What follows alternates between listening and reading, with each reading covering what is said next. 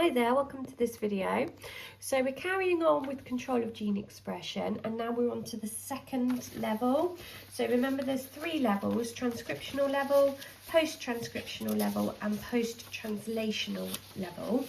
So we're on post-transcriptional level now, and this means after transcription. So transcription is when we go from the DNA to use the DNA base sequence to produce a molecule called mRNA.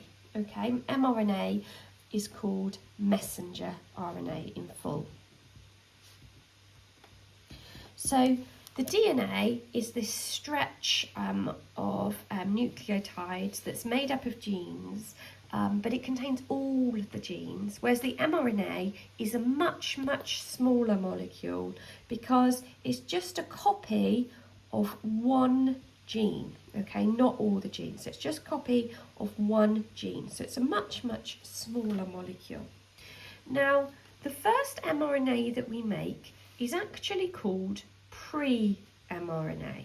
Okay, so in Year 12 content, we've just got mRNA as a kind of singular thing, whereas now what we're going to say is the original mRNA that gets made during transcription is called pre-mRNA, and then this gets altered slightly to become what we call mature mRNA. Okay, so we've actually got different types of mRNA. Now, as we change the pre-mRNA to mature mRNA, it can go through three different types of processing. Okay, so these types of processing are called splicing, adding caps and tails, and RNA editing. So we're going to go through these three types of processing in this video. So the first one was called splicing. The second one is adding something called caps and tails, adding a cap and a tail.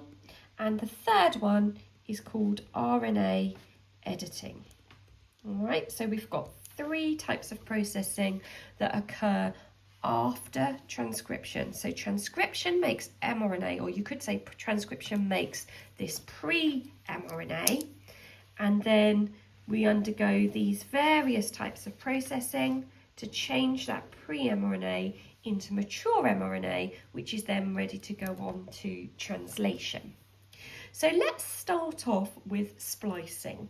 So splicing happens when this mRNA has first been made and it's in the nucleus.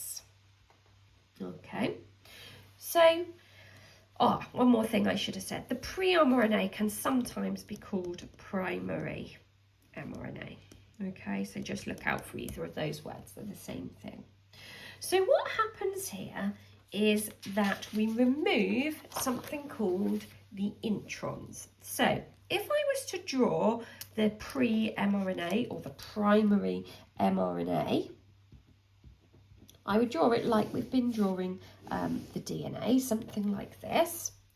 And the mRNA is made of sections called introns and exons.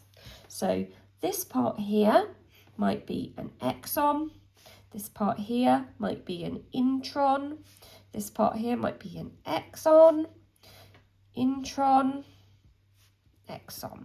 Now, the secret to knowing what's going on in splicing is to remember that it's kind of the opposite of logic.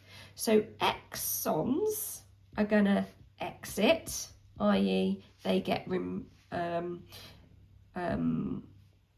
that sounds like they're exiting, they're getting removed, but it's the opposite of what you think. So the exons are going to stay in, and the introns sounds like they stay in, but it's the opposite of logic. So these are the ones that exit. All right, so just remember that they're opposites of what the names sound like. So think about what we need to keep. So exons, keep. Intron, get rid of it. Exon, keep it, intron, get rid of it.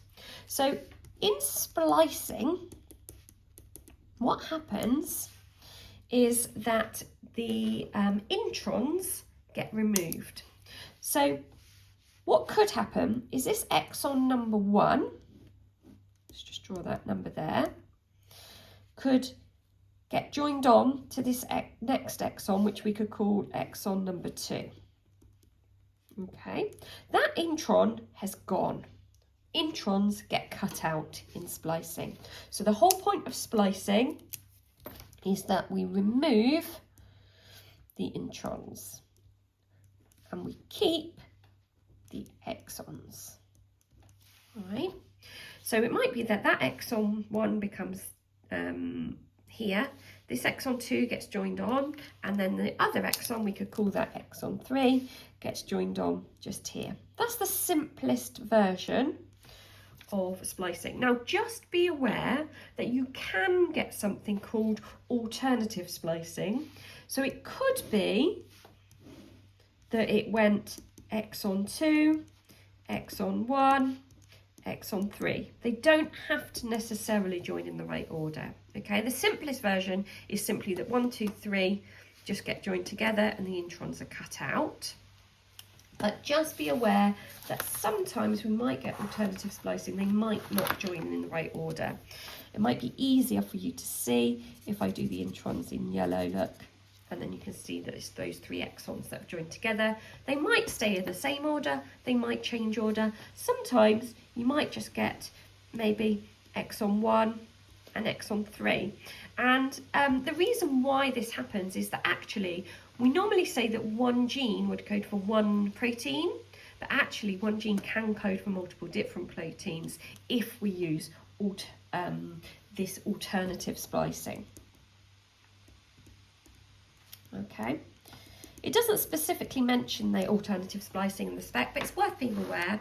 But in terms of kind of simple recall, what we need to know is splicing is the process that removes the introns and keeps the exons. You might want to know that that happens on something called a spliceosome. You might have come across that, you might have heard of that. Okay, now because the introns are removed, they exit, if you like. They do not code for amino acids in the protein. We call them non-coding sections, okay? Because the exons stay in, they do get used in translation. So they do code for amino acids, which make up the proteins. So we call those the coding regions. All right, so the exons are the coding regions, whereas the introns, get the colour, got my kids' felt tips, the introns are the non-coding regions. They're the bits that get cut out. So the simplest bit you need to know is this bit just here. That's what splicing is. It's cutting out the introns and then joining the exons, the coding regions, back together. Okay.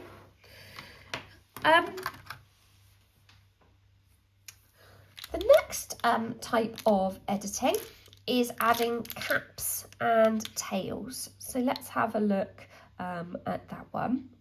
So if you imagine that we've got our pre-mRNA again at the start, so we can draw that like so. By the time we get down to our mature mRNA, these are all examples of mature mRNA as well, by the way. By the time we get down to our mature mRNA, as we know from splicing, this will be shorter because the introns have been removed. Now, adding a cap and a tail is basically that in some pictures you see little bits drawn on each end. So this little bit here is called the cap, and then at this end you might see something like this, which is called a tail. Okay, so something's been added to each end that wasn't on the original primary mRNA or pre-mRNA, but it is on it by the time it gets to the end. Okay. Now, when we're talking about DNA or RNA, it's useful to know which is sort of the start and the end, because we do read the bases in a particular direction. So the starting end is always called the 5' end, and you write 5', 5 apostrophe, and the end, if you like, is called the 3' end. So that's the 5' end, that's the 3' end. So sometimes you might hear it called a 5' cap. It's just telling you which end it goes on. It goes at the start, and 3' tail because it goes on the end. Okay. The cap, I don't think you need the actual detail, but just in case, the cap is actually made of nucleotides that have been modified.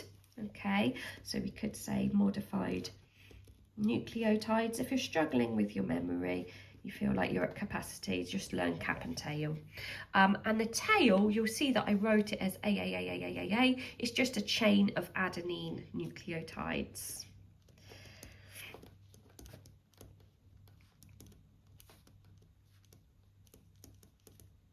And the purpose of adding the cap and tail is that it helps to stabilize the mRNA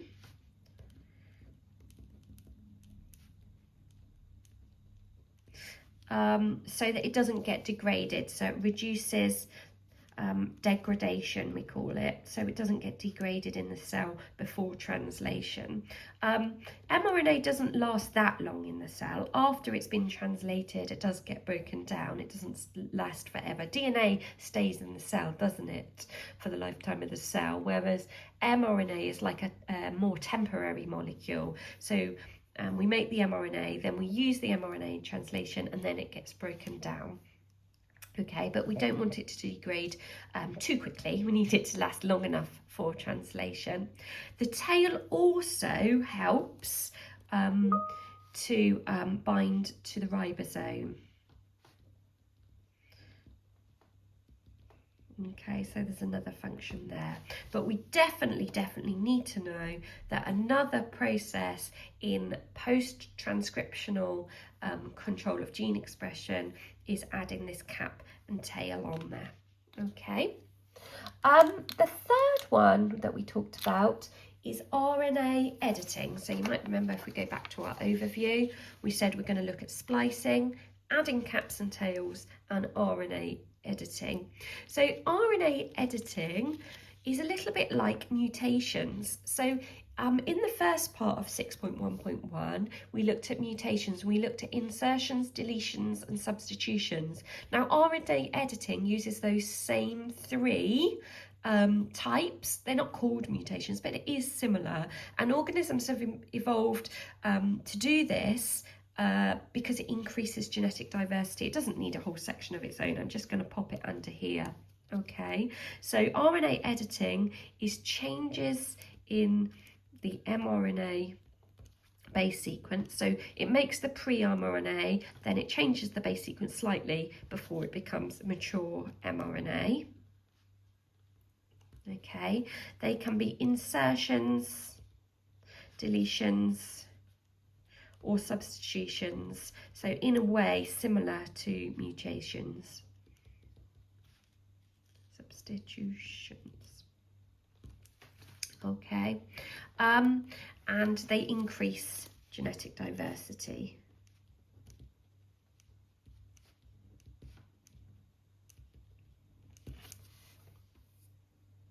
Okay, and that's the end of that video. So post-transcriptional control of gene expression means after transcription. So transcription makes mRNA. So these are the changes that happen between the mRNA being first made when it's called pre-mRNA or primary mRNA, and it becoming its finished mRNA, which we call mature mRNA, before it goes on to be translated in translation. Okay, so these are the changes that are happening to the mRNA.